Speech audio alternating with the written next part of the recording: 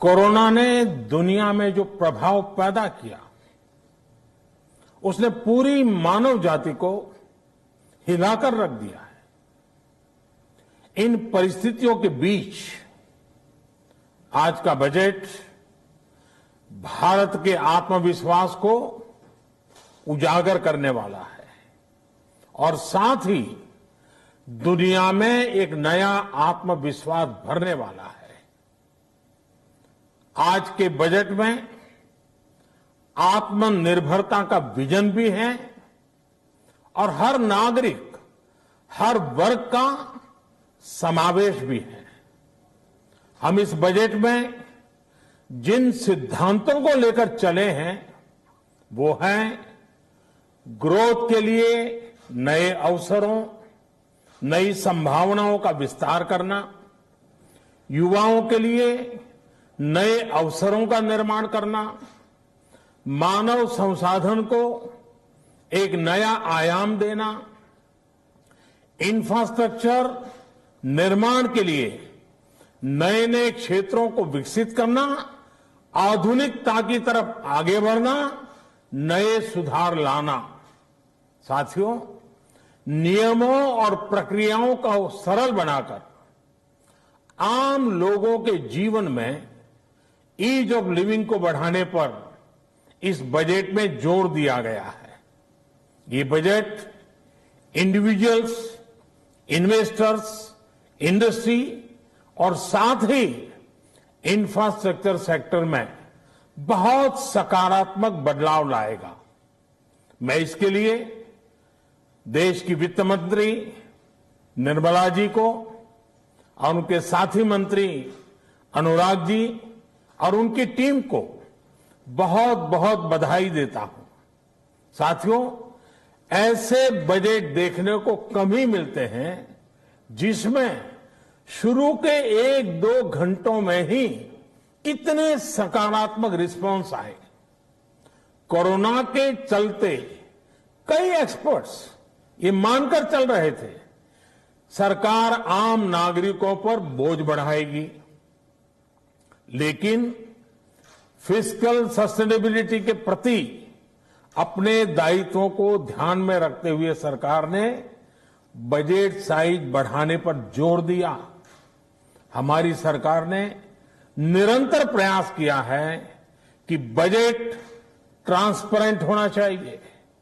मुझे खुशी है कि आज अनेक विद्वानों ने इस बजट की ट्रांसपेरेंसी की सराहना की है। साथियों, भारत कोरोना की लड़ाई में रिएक्टिव होने के स्थान पर हमेशा ही प्रोएक्टिव रहा है।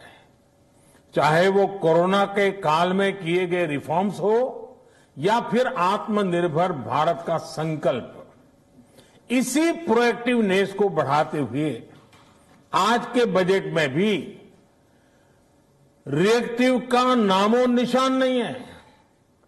साथ ही हम एक्टिव पर, स्टेटस को पर भी अटके नहीं हैं और हमने इस बजट में भी प्रोएक्टिव बजट देकर के देश के सामने प्रोएक्टिव होने का संदेश दिया है।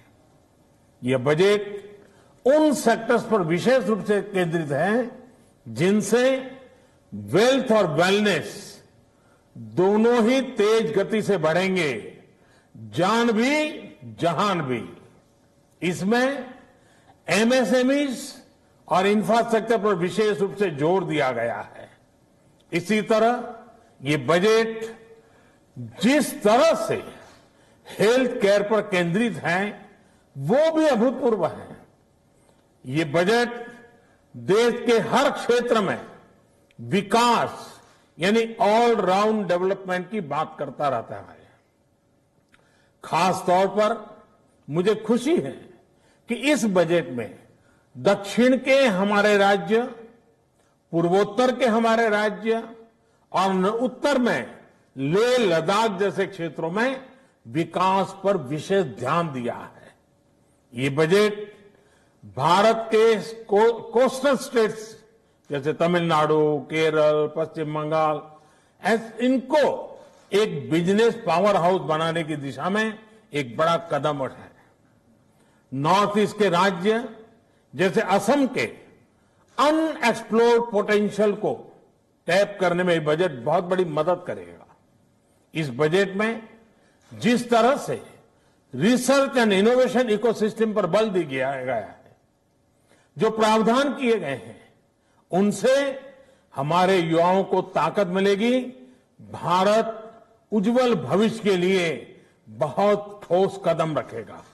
साथियों, देश के सामान्य मानवी का, महिलाओं का जीवन आसान बनाने के लिए उनके स्वास्थ्य, स्वच्छता, पोषण, शुद्ध जल और अवसरों की समानता, इस पर इस बजट में विशेष बल दिया गया है। बजट में इंफ्रास्ट्रक्चर पर खर्च में अभूतपूर्व वृद्धि के साथ साथ कई व्यवस्थागत सुधार किए गए हैं, जिसका बहुत बड़ा फायदा देश में ग्रोथ और जॉब क्रिएशन, रोजगार के लिए बहुत लाभ होगा। देश में एग्रीकल्चर सेक्टर को मजबूती देने के लिए, किसानों की आय बढ़ाने के लिए इस पर बजट में बहुत जोर दिया गया है। कई प्रावधान किए गए हैं। एग्रीकल्चर सेक्टर में किसानों को और आसानी से और ज्यादा ऋण मिल सकेगा।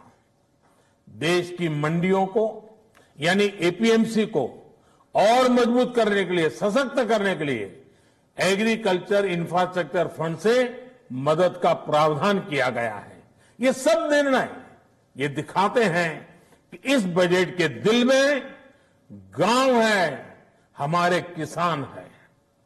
एमएसएमई सेक्टर को गति देने के लिए, रोजगार के अवसर बढ़ाने के लिए इस बार एमएसएमई सेक्टर का बजट भी पिछले साल की तुलना में 2 गुना से ज्यादा कर दिया गया है।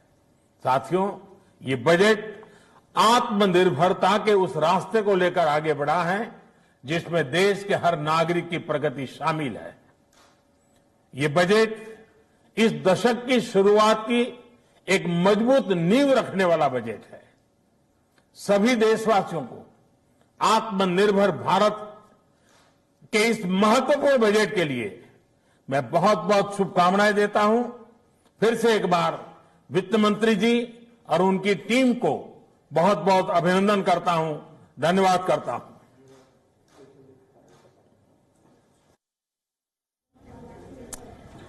That was Indian Prime Minister Narendra Modi delivering his speech shortly after the unveiling of Budget 2021. As we all heard what the Prime Minister had to say, this is not a reactive, instead it is a proactive budget which has emphasized tremendously on healthcare and infrastructure. Moving on to more budget-related stories.